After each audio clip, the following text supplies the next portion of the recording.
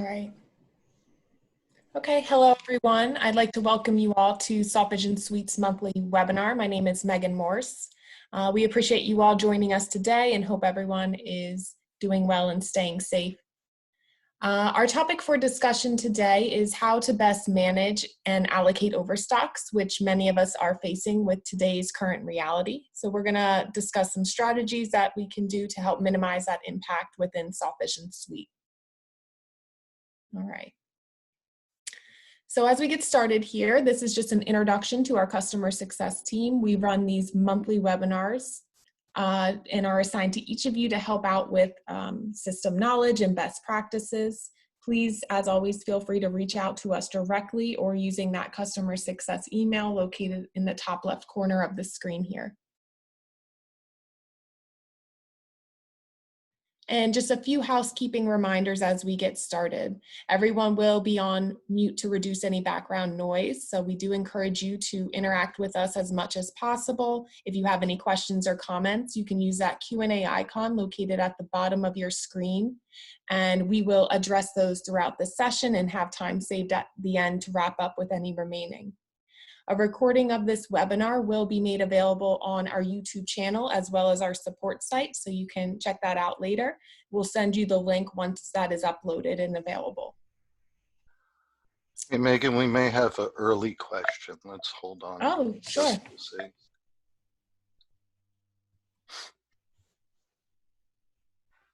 see. We have an attendee with a hand raise. Right.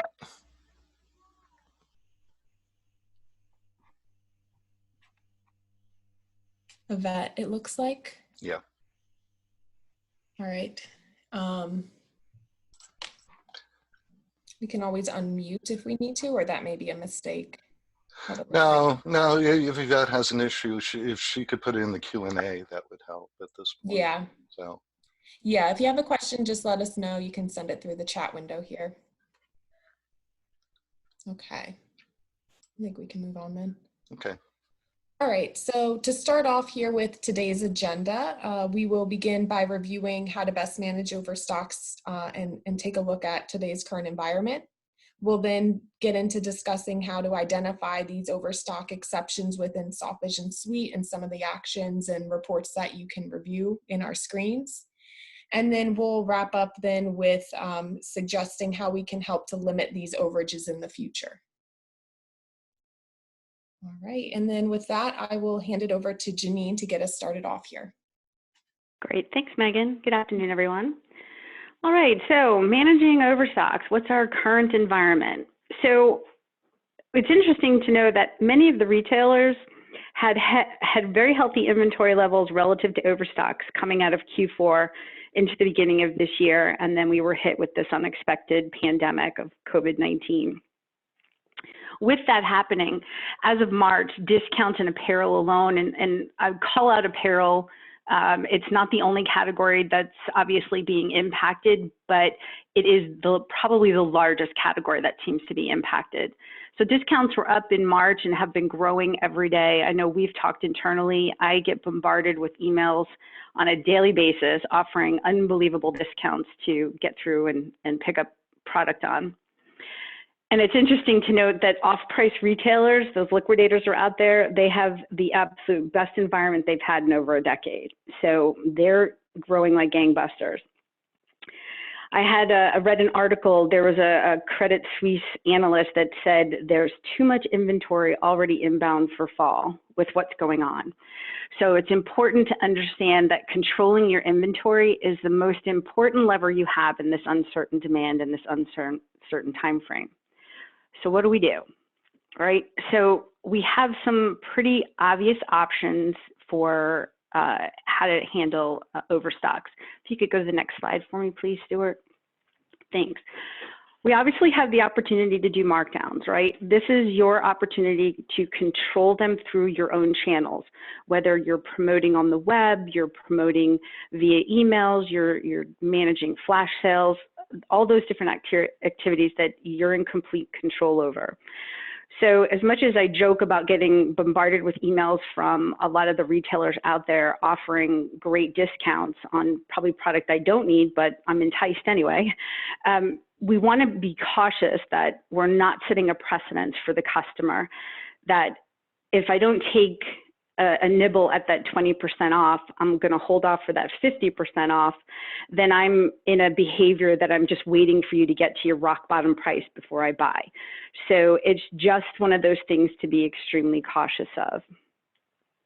Your other opportunity is obviously to cancel or delay receipts. So depending on where you are in your product supply chain, you need to make that decision, well, which ones do I try to cancel and delay? So in a lot of the research that I was looking on is they recommend definitely holding off for as long as you can on doing your holiday purchases, because in this ever-changing environment, we really want to get the best read possible on the demand and how your customer is behaving. So if you can, hold off as much as you can on those holiday buys. I know lead times are the drivers for those. But perhaps you reduce the number of new products that you have coming in for summer and fall, perhaps, to trim down the assortment and lessen the amount of inventory that you're going to be carrying over. And obviously, as an inventory group, when we know we've got excess inventory, we're constantly asking and pressuring merchandising to please give that additional future placement to help move through those overstock products. Another option, which seems to be coming to the forefront in this pandemic, is packing and saving inventory for next spring, summer season. So holding off, putting away product, and then bringing it back in 2021. So there's two approaches that we're seeing or are being recommended. It's one of those situations that it warrants a conversation with your finance team or groups to discuss weighing the difference of the cost of carrying the inventory, storing the inventory, versus the margin impact that you would have.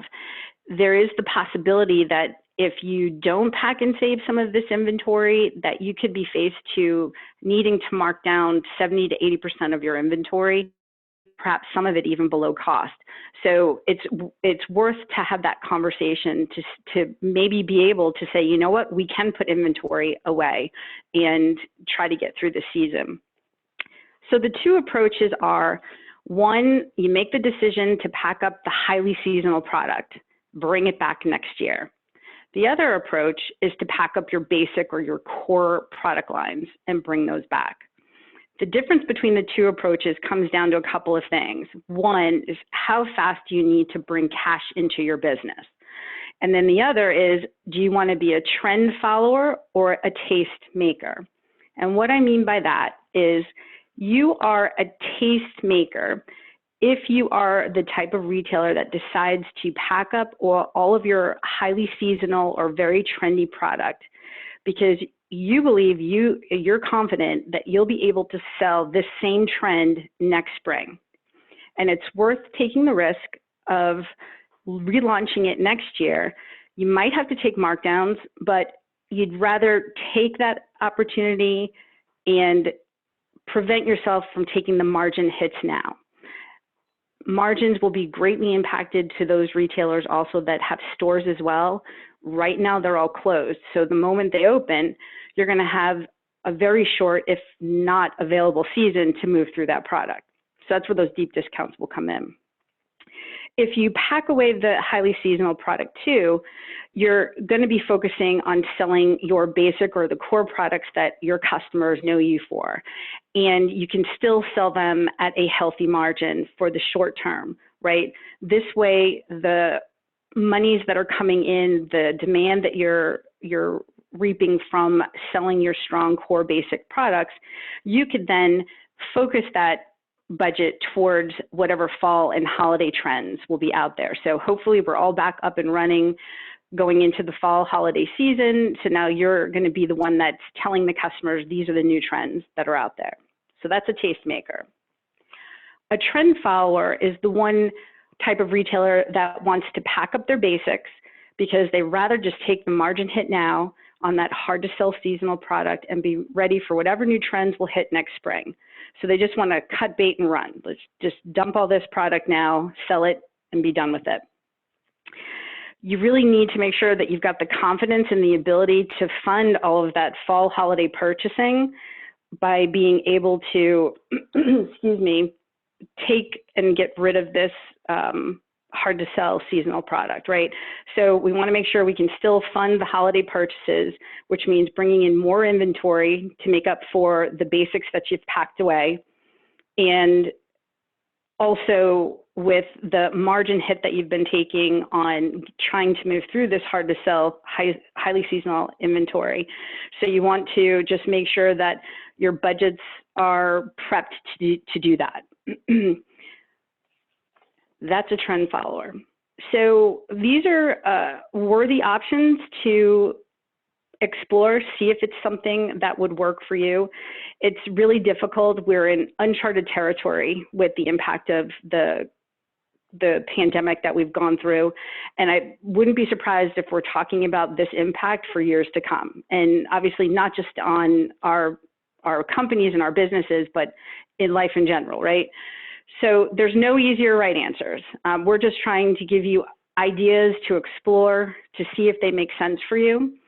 And then we want to make sure that you're utilizing and maximizing how to identify and manage overstocks with our tool. So with that, I'm going to pass it on to Linda. Thanks, Janine. Good ideas and options there. So when you're working within Softvision Suite, there's a couple of screens where you can see and have visibility to overages or over units. So the first is if you're working in maps, whether you're working in our seasonal offer planning screens, whether you're working in maps planning for a specific offer at the product level, or even on our display SKU screen when you go down to see the colors and sizes, users have visibility to that overage data. Depending on your screen, it will be entitled overage units or overage. And so the overage units or the overage attribute will display what the overage quantities are available at the end of a planning horizon, so your farthest out week.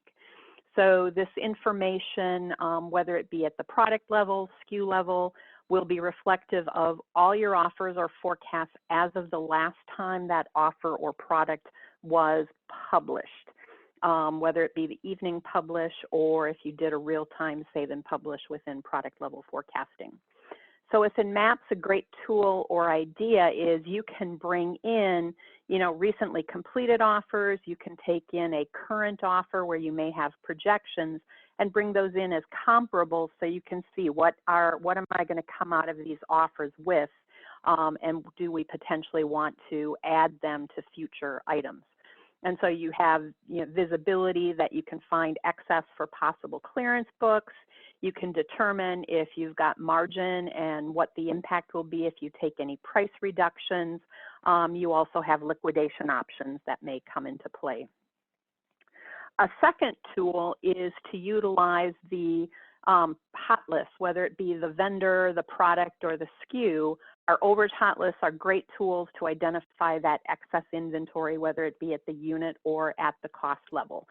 And so you have two options. We have one that identifies, Stuart is identifying both overage units, or you can look at it by cost. Like the overage information in Maps, the hot list will display overages as of the last week of the planning horizon or the farthest out. So your hot lists, you can filter them to identify if you've got, as Janine was mentioning, are there future on order where maybe you need to push the receipts out, possibly look at canceling some of your fall items. You can surface up, styles to the merchants to see if they can assort them into future offers, create email campaigns, look at, again, price reductions, or liquidation. So all great tools as you're working within the tool. So I'm going to turn it back over to Megan, who's going to talk a little bit about liquidation codes. Okay, great. Thanks, Linda. Also within Softvision Suite, as Linda had mentioned, we do have the ability to assign liquidation codes within the hot list area as well as material planning screen. And this is a great way to help you with tracking and evaluating the promotional activities and actions that you are currently taking right now on any of that overstocked merchandise. So within the hot list section here you see on screen, this is actually a product hot list that I have up. You have the ability to bring in the min liquidation code column. And this is then going to provide you with a drop-down menu with the various liquidation codes that you have defined for your company. So you have the ability then to select and assign these liquidation codes at the product level, or this can be pushed down to the SKU. Any assignments that are made at the product level will automatically be pushed down to the SKU, but you can go in and make those adjustments by SKU if that is required. These parameters and the options that you see available within this dropdown can be defined within the liquidation window of the administration module. So that's where you'll define what those different codes are for your business so that you can make the assignments. We also then offer the liquidation codes within materials planning screen. So this is what we are looking at now. So we have two areas where you can make these assignments within materials planning. The first is within the product buy plan grid that you're seeing here. You have the ability to bring in that liquidation code column. And this is going to allow you to define it either at that lower SKU level that we're pointing at here, or you do have that option of assigning it up above, and it will just push that detail down to the SKU data. So you can come in here, assign that at the product level or by SKU. You can also then make these assignments using that miscellaneous tab up above. So you'll have that same option, the liquidation code drop down, and you can make those assignments for your items and products within this drop down section as well. So just a good way for you to help track any kind of promotional activity that we're doing and do analysis and reporting on that inventory we are clearing out during this time. So then with that, I'll hand it over then to Linda to continue with reporting here. So within our reporting module, we have a number of reports that identify overage units, overage cost information.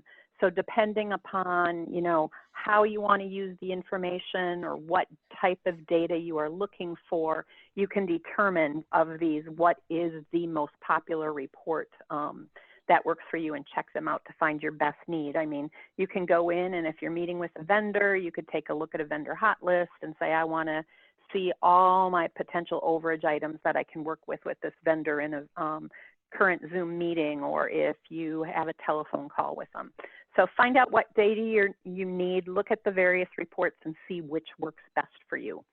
And so with that, we're going to turn it over to Stuart, who's going to go into just talking about how to limit our overages.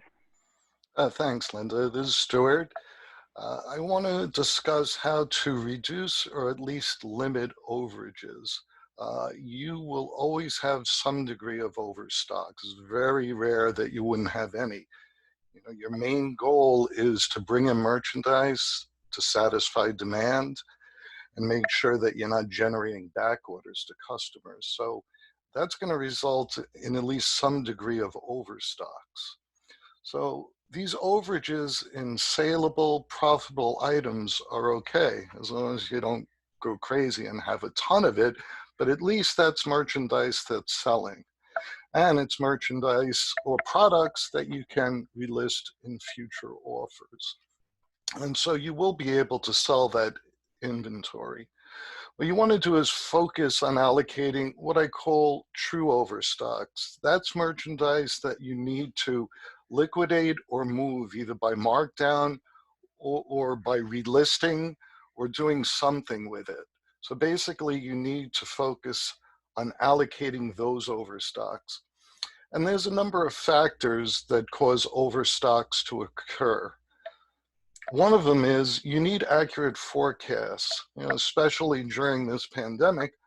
A lot of the forecasts that you had pre-season are not valid. really it's changing constantly. So you need to be able to adjust those forecasts.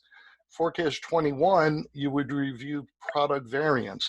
Once you start to see sales over the last few weeks, you would be able to have a better indication on how that product's going to do. So you would go in there, look at the variance, and make your adjustment.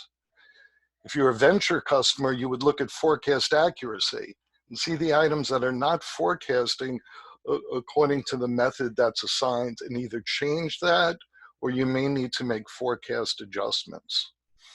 Another solution is to reduce new untested products. For a lot of companies, they like to introduce these new products. It's exciting for customers. It keeps the product line fresh. But in this economy, it's more of a risk. So, you could have new products, but reduce the number that you're introducing. Another factor is minimum order quantity, or MOQ. And a lot of companies have these when they're ordering from vendors. One thing you could do is reduce the colors and sizes. Maybe those end sizes that are not selling as well, you could cut back on those, and you could cut back on the colors. This way, those colors that are not selling, you don't have to buy the minimum. So relist those saleable products if you have MOQ, and mark down the slow selling. You should try to negotiate if you could to reduce this, but that's not always possible. The next is high cost or volume merchandise.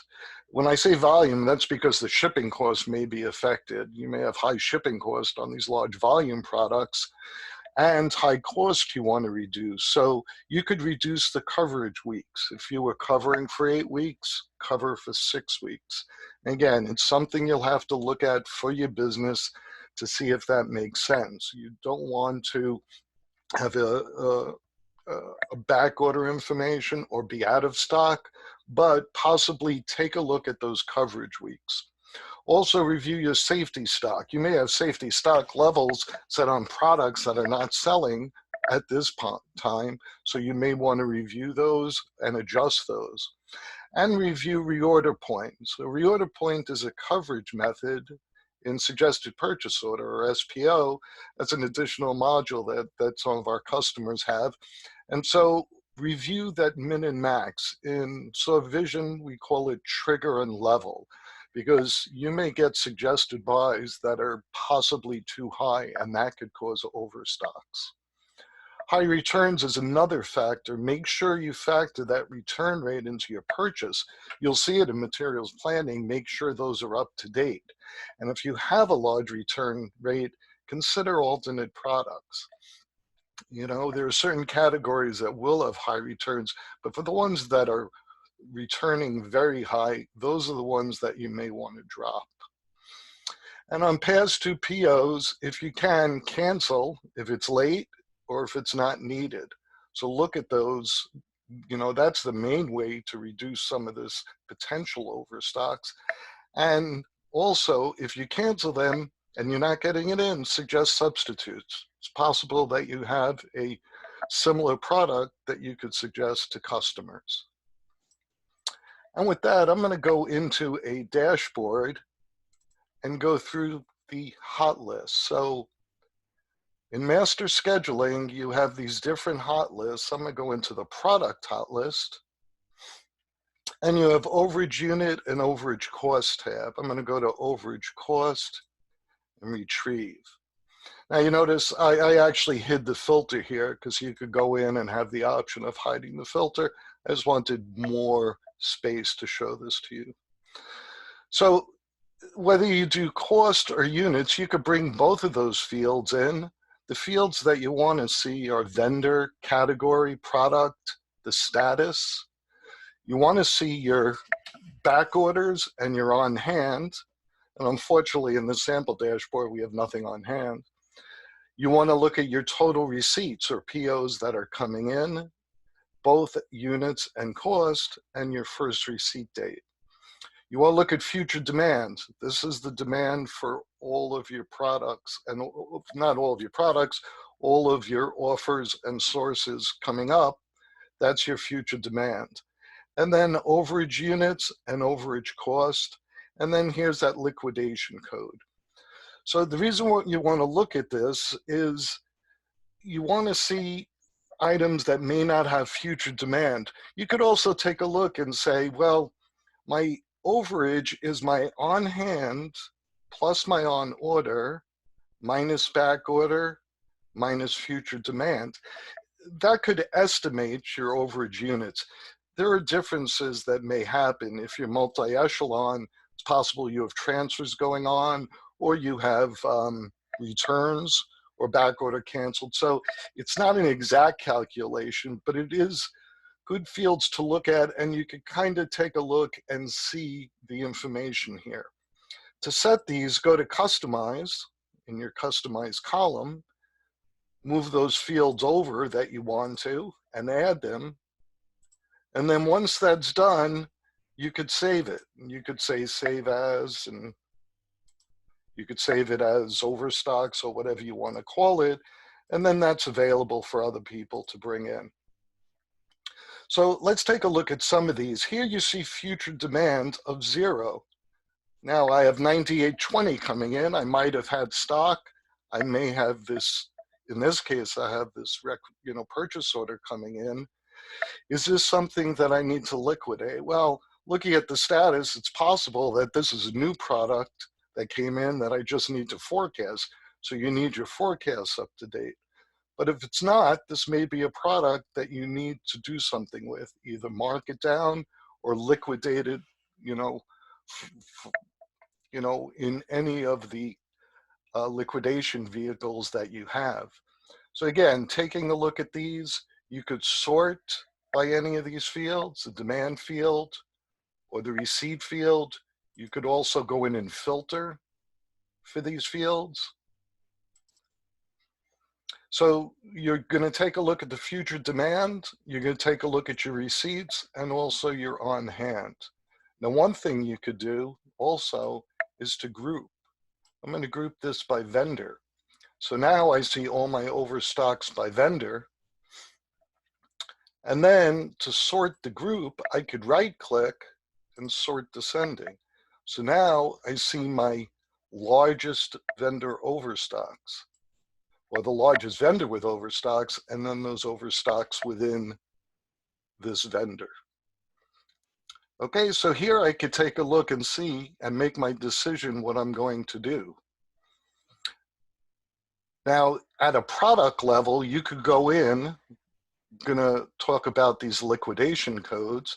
You could go in and set this at a product level. Now, if everything is the same in that product, that's fine. It may be different. And so there are advantages to using the SKU hot list, advantages to using the product hot list. The product hot list will have less records for you to look at, basically. And so you could get an easier handle on your overstocks, but you may have different decisions to make at different levels. But if I set this, let's say, to print, and then go in and save it, this is now going to have this liquidation code of print. If I double click to go to materials planning,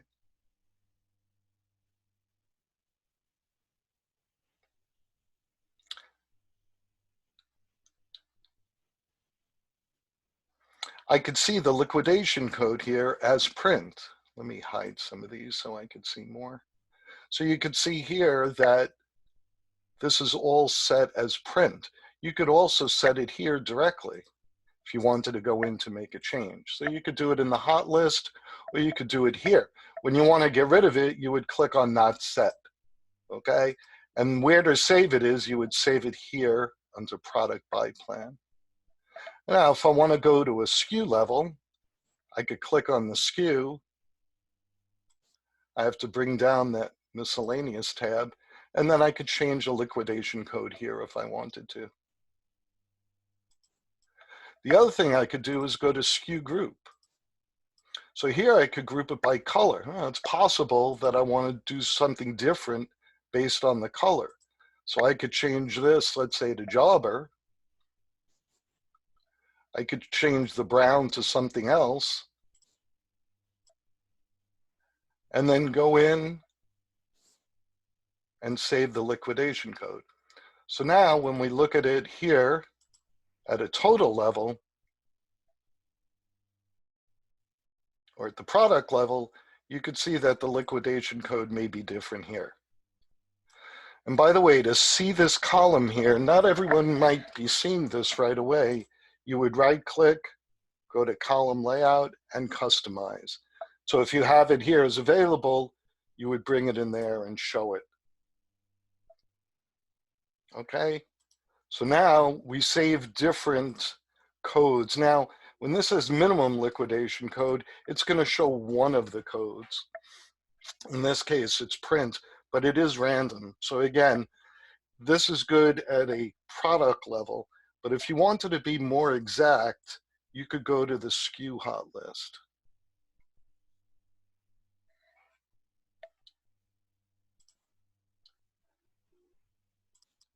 Now the SKU hot list, I'm going to go to the overage cost tab, same as I did before. I'm going to bring it in from my top vendor.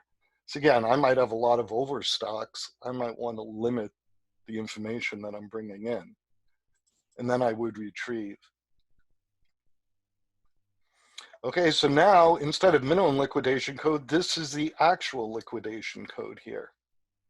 And you could do your grouping and sorting here, and you could see you have different codes that are here. You could actually, if you needed to, you could do a right-click copy and a right-click paste. Again, if you're changing the SKUs, whatever it's easier to do, that's how you would do it. Now, the one thing you may want to do here is to go and group this by liquidation code. So now I could see how many SKUs I have for each of these vehicles, and I could see the overage cost. It is good information to have for planning. A lot of times, let's say you are going to job out information, sometimes finance needs an estimate of those costs. For some of the others, you may want an estimate of the markdown. This is at the group level. If I click this here, I could go down and see the detail. And then if I want to, I could then export to Excel and open that up. All right, so that's basically the main screens in Softvision to handle these overstocks. Any questions at all? We did have some questions come through on this topic, Stuart. Okay. We have 3 here. So first one is, how does the system calculate overstocks, units, and values when the SPO method is set to reorder point, which is the min-max option in suggested purchase order? Right. Well, it's not that it considers it. Your min-max is set with when you hit a certain inventory level, the system is going to buy up to the max. That's why you have to review that maximum. But until you actually place that order, it's not going to show you it as overstocks. Let me bring in an example of a product, maybe.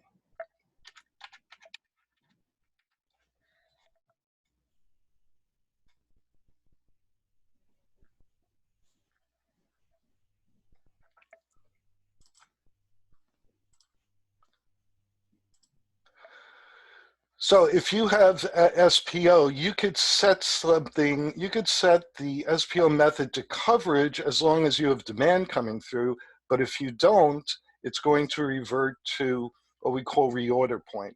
So this is saying once you hit 5 units, order 10. Now in this particular case, there's no inventory, there's not even demand. So you use reorder point sometimes when there's no demand, but you still want to have stock, or the demand is sporadic. So you could see here the suggested SPO unit is 10. So if I order 10 here, I am going to see that overstock.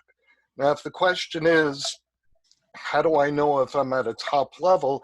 It's not as if the system automatically calculates that. One thing that you could do and should do by practice is to go in and review those. And in dynamic reports for reorder point,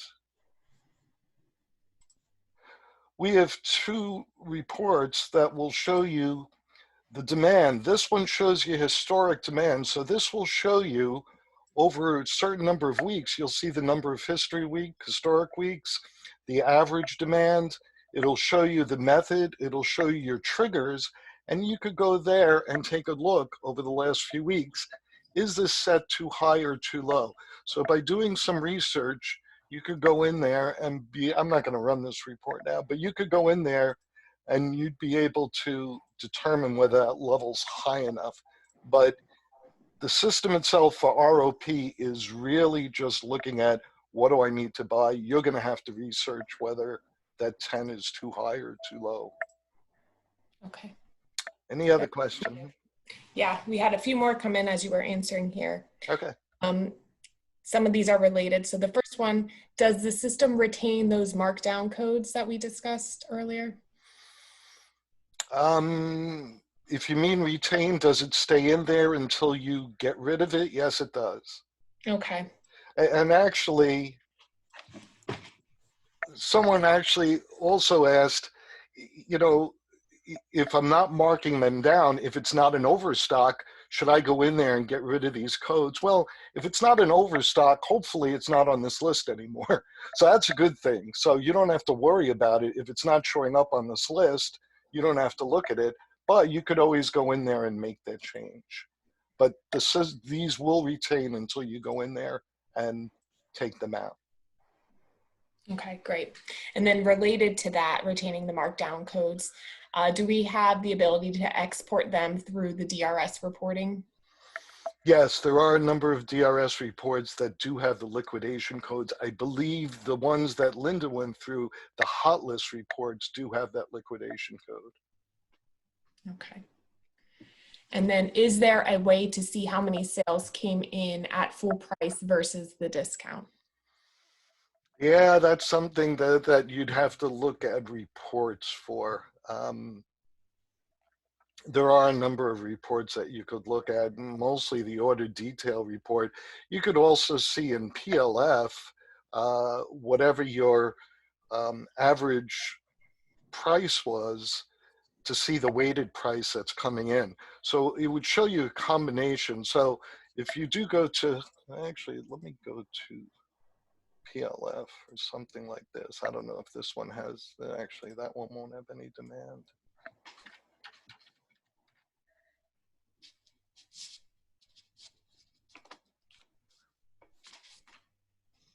And actually, I'm having trouble bringing in PLF here.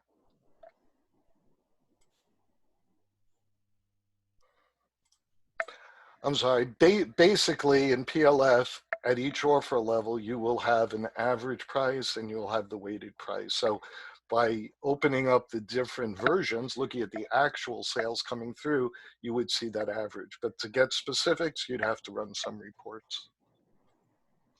Okay, great. All right, and then two more here. One's a question, one's more like a request/question. So first one, if an item is sold primarily as a kit or set component and rarely on its own, does the system take into account that it's dependent demand when calculating an overstock value? Yes, it would show as future demand. So it would show independent demand and it would show dependent demand.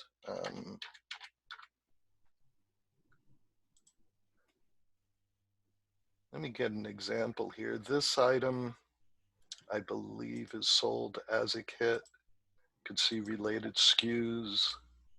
Yeah, so if I go to demand review here, I could see my independent demand if it's sold on its own, and then the dependent demand for the kit. And it'll show you the parent SKU.